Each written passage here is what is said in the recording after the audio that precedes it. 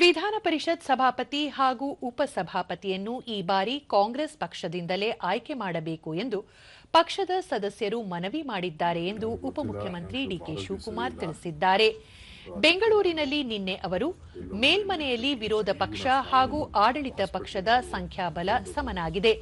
ವಿಧಾನ ಪರಿಷತ್ ಸದಸ್ಯೆ ಗಾಯತ್ರಿ ಅವರ ಪ್ರಕರಣವನ್ನು ನ್ಯಾಯಾಲಯದಲ್ಲಿ ಗೆದ್ದಿದ್ದೇವೆ. ಅಲ್ಲಿಂದ ಆದೇಶ ಪಡೆಯಬೇಕಿದೆ.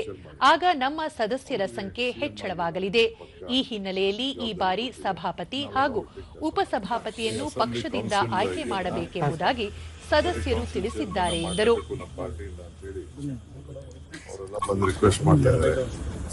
ಯಾಕಂದ್ರೆ ಹಿಂದೆ ನಾವು ಮೂವ್ ಮಾಡಬೇಕಾಯ್ತು. ನಾವು ಸಮ ಇದ್ದೀವಿ, ಒಂದೇ ಶಾರ್ಟೇಜ್ ಇದೆ.